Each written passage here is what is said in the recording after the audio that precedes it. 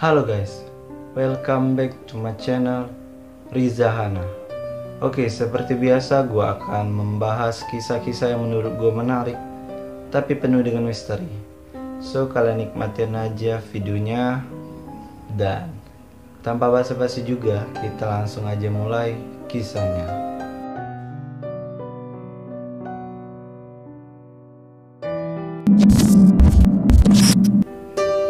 Jadi kisahnya ini berawal dari sebuah negara. Negaranya itu adalah negara Haiti. Negara Haiti ini dikenal banget dengan praktek voodoo-nya. Jadi buat kalian yang nggak tahu voodoo itu adalah praktek untuk nyantet seseorang yang dilakukan oleh borok. Borok itu adalah si dukun dan voodoo adalah praktek nyantetnya. Nah, guna si voodoo ini bagi rakyat Haiti adalah untuk melukai seseorang, mengendalikan seseorang, ataupun melukai seseorang.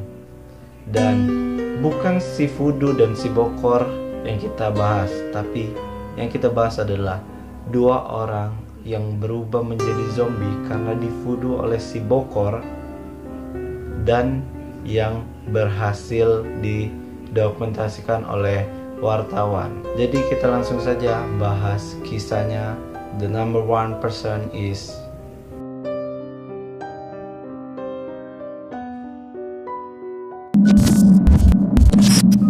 Felicia Felix Mentor. Adalah seorang gadis yang berasal dari negara Haiti. Dia dinyatakan meninggal pada tahun 1907 di sebuah pedalaman Haiti. Jadi dia meninggal lalu dikubur secara biasa dan disaksikan oleh orang-orang sekitarnya. Orang-orang sekitarnya juga langsung melihat kalau si Felicia Felix Mentor ini dikubur dan ditutup dengan peti mati dan dikubur juga dengan tanah. Jadi otomatis nggak bisa keluar dengan sendirinya. Tapi ternyata sebelum dia meninggal ternyata dia sudah divoodoo. Jadi voodoo ini ternyata bisa membangkitkan seseorang yang sudah mati, menghidupkan kembali. Akhirnya dia bisa ya setidaknya bernapas alias hidup. Si makam si Felicia Felix Mentor ini dibongkar oleh si bokor, dan seketika si Felicia Felix Mentor ini linglung. Beberapa tahun kemudian si Felicia Felix Mentor ini ternyata berkeliling daerah. Warga-warga sekitar terkejut dengan melihat dia berkeliling daerah tersebut tanpa busana. Ada seseorang yang berusaha mendekati dan mencoba menyapa ya, tapi dia terkejut. Ternyata si Felicia Felix Mentor ini adalah seorang gadis yang sudah meninggal. Otomatis si warga ini berlari hingga mengasih tahu semua orang, dan muncullah kisah bahwa praktik voodoo sudah kembali di negara Haiti.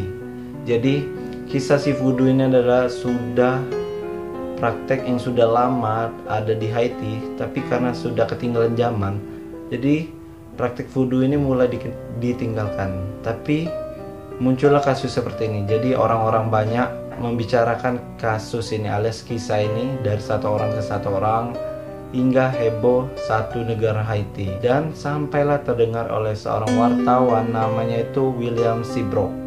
Wartawan Amerika ini akhirnya tertarik dengan kisah ini. Dia datang ke Haiti pada tahun 1920 untuk meneliti lebih dalam apa yang terjadi di Haiti. Ia berwawancara dengan warga sekitar, dari satu orang ke satu orang lain. Mereka percaya dengan adanya praktek voodoo. Jadi mereka percaya kalau ada orang yang sudah meninggal dikasih ramuan dapat hidup kembali dan terkendali oleh si borok. Yes, yang pastinya si wartawan alias William Seabrook ini otomatis nggak percaya nih. Akhirnya dia mencoba alias iseng ke perkebunan warga.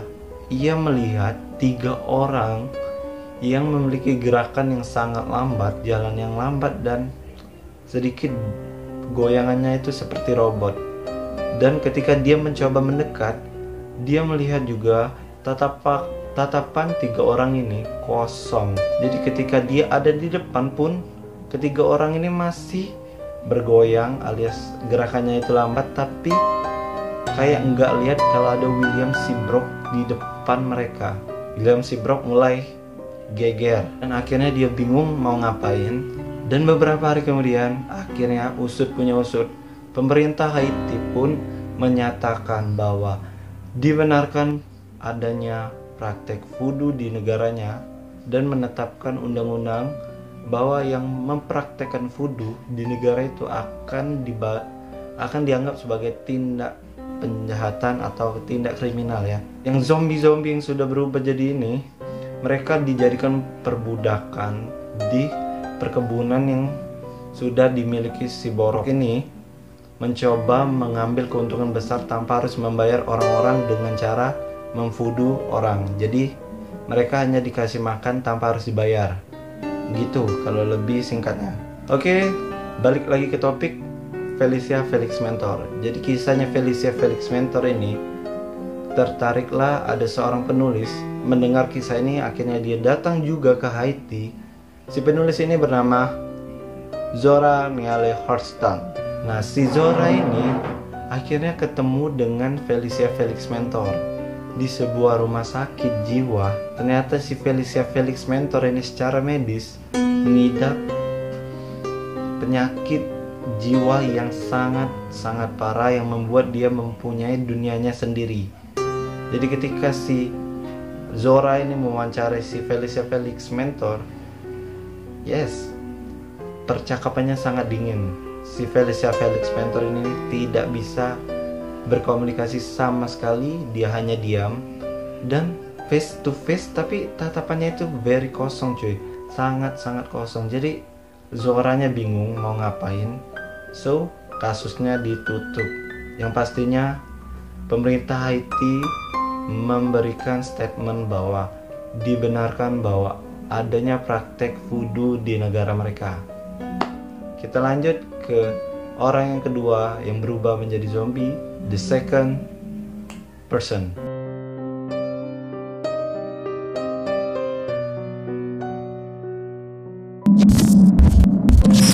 Claire Fuse Narcisse.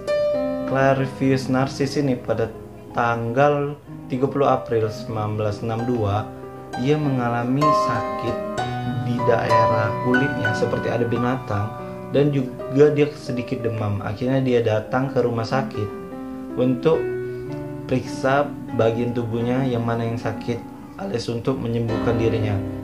Tidak lama kemudian, 2 hari setelah dia datang ke rumah sakit, dia dinyatakan meninggal oleh sang dokter.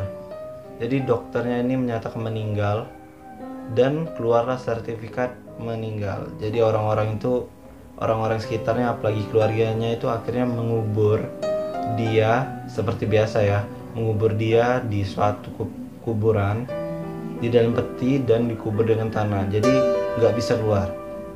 By the way, ada satu fakta yang membuat Claire Fuse Narcisse ini bisa bangkit lagi. Ternyata sebelum dia meninggal, ternyata dia memiliki masalah dengan keluarganya. Jadi keluarganya ini mendesak untuk menjual tanah warisan yang diberikan ke si Narcisse ini untuk dijual. Tapi si Narcisse ini menolak untuk menjual tanah keluarganya. So, keluarganya marah. Akhirnya si Narcisse ini kayak dibuat mati dan diberikan ke si Bokor untuk dijadikan budak perkebunan alias diubah jadi zombie. Jadi dia itu diberikan ramuan, akhirnya ramuan itu bereaksi dan dia sakit, dia datang ke rumah sakit. Ketika dia dikubur, di dalam kubur, si Bokor ini datang untuk menggali dan mengambil si Narcisse. Otomatis si Narcisse ini ternyata masih bernapas. Dia dipukul, pokoknya sedikit dibuat kekerasan ya. Akhirnya dia dikasih ramuan lagi dan hilanglah pikiran dia dan berubahlah menjadi zombie. Dia dibawa ke perkebunan si Bokor dan menjadi budak selama 2 tahun di perkebunan ini tanpa dibayar sepeser pun dengan zombie-zombie yang lain. Beberapa tahun kemudian si Bokor ini akhirnya meninggal dunia dan para zombie ini mulailah nggak karuan karena nggak ada majikan lagi. Mereka menyebar seluruh daerah, mereka menyebar Tapi si narsis ini ternyata memiliki kesadaran sedikit. Ia kembali lagi ke daerah asalnya, mencoba mencari saudara perempuannya, Angelina. Angelina ini ternyata ada di sebuah pasar dan bertemulah si narsis ini. Si Angelina ini ternyata nggak mengenali si narsis karena actually 16 tahun ya, ternyata 16 tahun nggak ketemu. Mereka ketemu lagi dengan si narsis sedikit linglung. Jadi si narsis ini mencoba mengidentifikasi dirinya dengan cara memanggil si Angelina ini dengan nama panggilannya yang mereka berdua yang tahu. Si Angelina ini ternyata langsung mengenali si narsis. Akhirnya si narsis ini dibawa ke rumah. Karena si narsis ini dirawat, tapi dia memiliki kesadaran yang hanya sedikit ya. Dia mengingat sebelum dia meninggal, ketika dia di perkebunan. Jadi dia sebelum dia meninggal yang sudah lama itu sudah terhapuskan dalam memori dia. Jadi dia jadi ketika dia masuk rumah sakit, lebih tepatnya dia masih mengingat. Di situ dia direwangi sama si saudara perempuannya ini. Datanglah seorang dokter, namanya itu Dr. Wade Davis. Ia tertarik dengan apa yang terjadi di Haiti nih, apa penyebab orang bisa berubah menjadi zombie dan apa ramuan. Jadi dia datang menghadap alias langsung datang ke narsis ini. Akhirnya dia ketemu dengan narsis dan si narsis ini langsung ngobrol. Dia menceritakan semua yang terjadi, mulai dia masuk rumah sakit hingga dia keluar dari si perkebunan itu ya. Selama dia wawancara dengan narsis, akhirnya dia mendapatkan suatu kesimpulan bagaimana zombie itu dibuat. Si Dr. Wade ini mengupas habis bagaimana orang berubah jadi zombie dan bahan-bahan yang merubah seseorang menjadi zombie. Jadi bahannya itu kayak gini ya. Nah, ada 3 bahan ini. Jadi 3 bahan ini kalau secara ilmiah alias secara medis, aku sambil ngeliat HP ya. Jadi Dr. Davis menceritakan adanya dalam bukunya bagaimana ia melihat dukun-dukun voodoo menggunakan ramuan tersebut untuk diberikan kepada zombie-zombie. Jadi ketika orang itu sudah memiliki kesadaran, dikasih lagi ramuan itu, yang 3 ramuan ini. Jadi ketika itu otaknya mulai rusak dan menjadi rusak lagi. Sangat-sangat kejam. Mereka diberikan kulit kodok bufo dengan campuran ikan pafir dan rumput datura.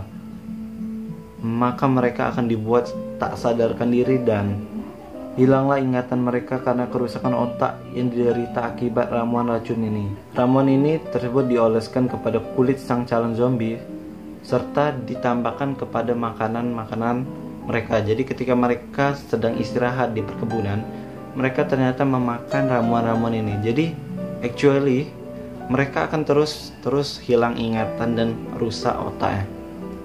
Efeknya detak jantung mereka dan nafas mereka akan melemah sehingga oksigen yang masuk ke otak menjadi berkurang dan proses kerusakan otak pun menjadi parah. Oh my god. Ternyata itu kalau ilmiahnya ya. Wow. Jadi si narsis ini akhirnya si Dr. Wade ini membuat obat untuk si narsis. Akhirnya lama-kelamaan si narsis ini mulai memperbaiki otaknya dan sedikit-sedikit dia mulai sadar ya, walaupun nggak sepenuhnya seperti yang lalu. Oke, kayaknya gitu aja 2 kisah zombie yang ada di Haiti. Kalau menurut kalian menarik, terima kasih. Kalau menurut kalian tidak menarik ya, kalian tinggal isi kolom komentar supaya gua akan terus semangat dan memperbaiki diri. So, stay tune this channel, terus update, dan gua akhiri. Wassalamualaikum warahmatullahi wabarakatuh. Bye bye.